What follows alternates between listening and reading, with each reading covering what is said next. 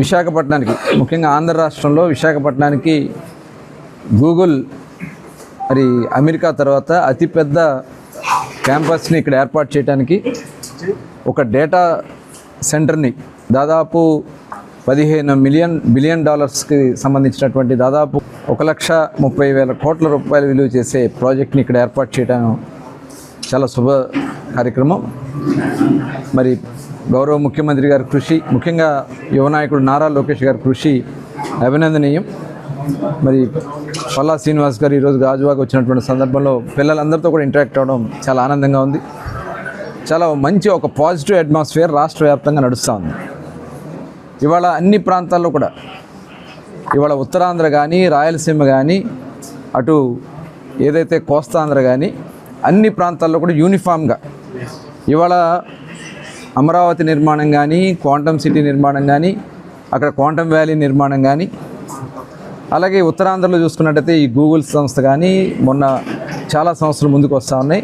RCR metal కానీ అనేక సంస్థలు వస్తున్నాయి. అలాగే రాయలసీమ ఏరియాలో చూసుకున్నట్టయితే ఇవాళ మరి అక్కడ ఏదైతే ఎలక్ట్రానిక్ సంబంధించి కానీ, అట్లాగే మొన్న డ్రోన్స్ సిటీ కానీ అవన్నీ కూడా కొప్పర్తిలో కానీ ఇవన్నీ కూడా ఏర్పాటు చేయడం అనేది అన్ని ప్రాంతాల్లో యూనిఫామ్గా అభివృద్ధి చేయడానికి ముందుకెళ్తాం. ఇవాళ అడుగడుగున ఇబ్బందులు సృష్టించడానికి ఇవాళ కడుపు మంటతో పనిచేస్తూ ఉంది వైఎస్ఆర్ పార్టీ కొంతమంది నాయకులు. ఇవాళ వాళ్ళకి సంబంధం లేదు, రాష్ట్రం కోసం ఏ రోజు పాటుపడినటువంటి వ్యక్తులు కాదు, వచ్చి అడుగడుగున రెచ్చగొట్టే కార్యక్రమాలు చేస్తూ ఉన్నారు. ఇది చాలా దురదృష్టకరం. ఇవాళ రాష్ట్రాలు చూడండి, ఎలక్షన్స్ వరకే రాజకీయాలు చూడాలి తప్ప ఎలక్షన్స్ తర్వాత అందరూ కూడా సమిష్టిగా రాష్ట్ర అభివృద్ధి కోసం పాటుపడాల్సినటువంటి అవసరం ఉంది.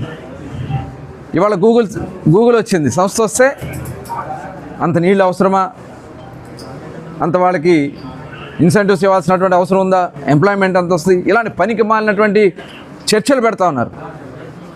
మీకు చేత కాదు, మేము చేస్తున్నాము చూస్తే తట్టుకోలేరు, కడుపు మంటతో ఉన్నారు, ప్రజలందరూ ఆనందంగా ఉన్నారు, కానీ మీరు కడుపు మంటతో ప్రయాణం చేస్తున్నారు. ఇవాళ బల్క్ డ్రగ్ పార్క్ ఉంది ఇక్కడ. ఆనాడు ఆ బల్క్ డ్రగ్ పార్క్ని ఇక్కడ ఏర్పాటు చేయడానికి జీవోలు ఇచ్చింది ఎవరు?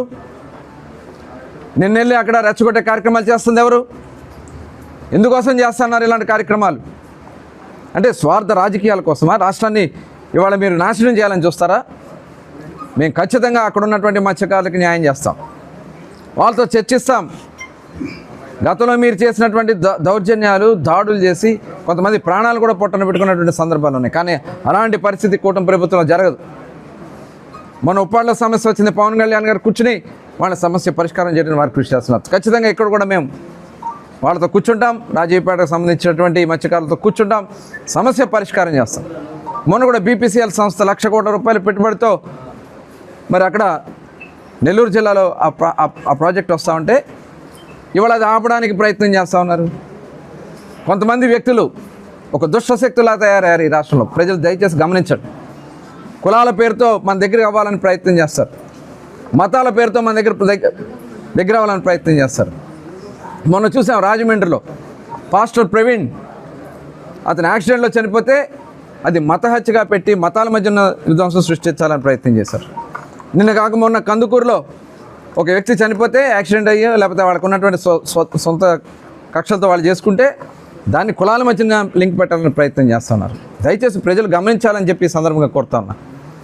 ఇలాంటి పరిస్థితుల్ని దయచేసి ప్రతిపక్ష పార్టీలకు కానీ, కొంతమంది మేకవన్నె పుల్లో కొంతమంది రంగులు వేసుకుని వస్తూ ఉన్నారు. దయచేసి అట్లాంటి వ్యక్తుల్ని ప్రజలందరూ కూడా గమనించాలని, ప్రభుత్వం చాలా నిబద్ధతగా ఉన్నాం, అందరికీ న్యాయం చేసి ఈ రాష్ట్రాన్ని ఏ రకంగా ముందుకు తీసుకెళ్ళాలి.